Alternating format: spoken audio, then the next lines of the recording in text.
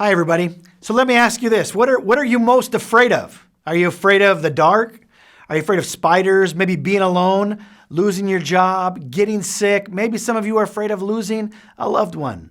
You know, isn't it interesting to know that some people are afraid of things like the dark or spiders, and yet other people have a very different perspective on it? Some people are afraid of being alone while other people absolutely love to be alone.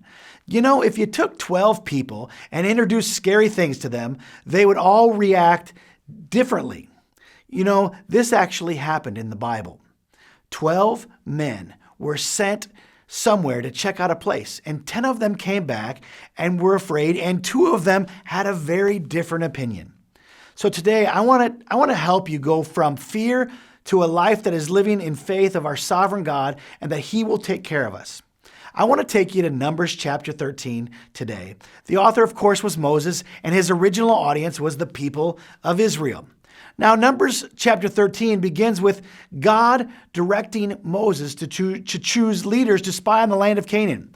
And God told Moses in verse 2, "Spy out the land of Canaan, which I am going to give to the sons of Israel."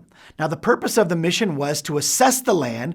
The mission was not to determine their ability to possess it, because that had already been determined by God. The children of Israel were in transition from slavery and governmental change. Transition and change often bring a sense of insecurity and instability.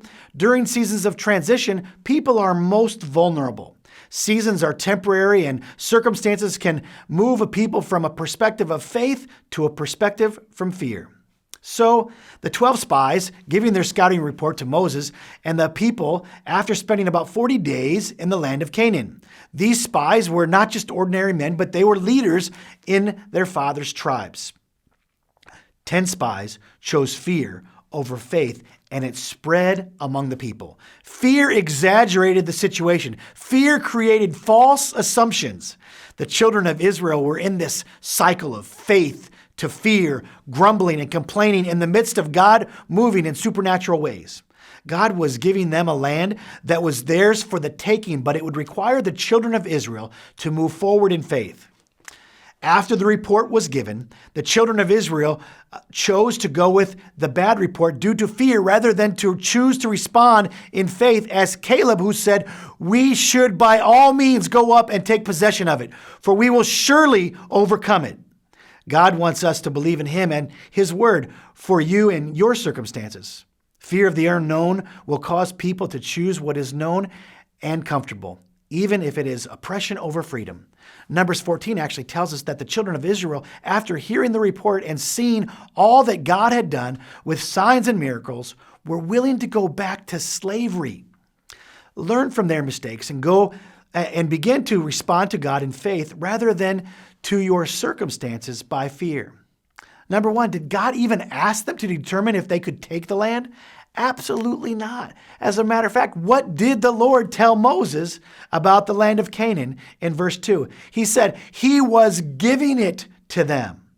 Now in Numbers chapter 13, the report started with actually positive, but it ended with some negatives. The positive was, the land flows with milk and honey. But the negative was, but the land has giants.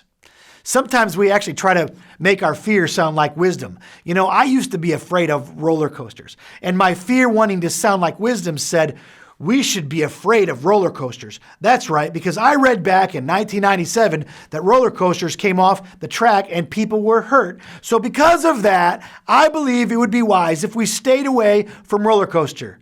No, I was just scared. The ride is fine. I was just trying to sound wise, but really, I was just afraid. 10 of the men, the leaders talked about in Numbers, tried to do the same thing. They were afraid, but they really wanted to sound wise. Fear says, we can't. Fear says, stop, don't go any further. Because of that fear and because of the people's rebellion, God punished them. He told Moses that everyone 20 and older will not enter the promised land. In Numbers chapter 13 and 14, Caleb and Joshua are trying to lead a pep session for God, and the people wanted to stone them. Faith steps up and sees the unseen. Faith says, with God we can. Faith says, I don't have to see it to believe it. And in Caleb and Joshua's life, their faith allowed them to enter the promised land. You see, Caleb was willing to take the unpopular stand to do as God had commanded. If you want to be effective when you go against the crowd, you must, number one, have the facts. Caleb actually saw the land for himself. And number two, have the right attitude. Caleb trusted God's promise to give Israel the land. And then number three, state clearly what you believe. Caleb said, we can certainly conquer it. Sometimes I think that we are like the 10 spies. The negative opinion of 10 men caused a great rebellion among the people.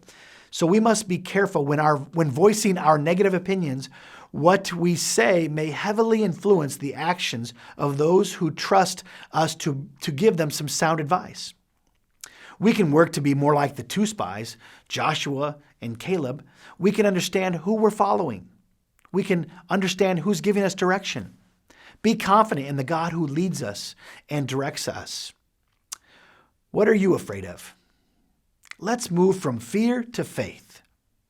Let's allow God to lead us as we make our decisions.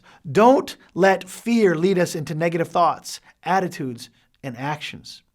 Aren't you glad that God is still in control even when we are afraid?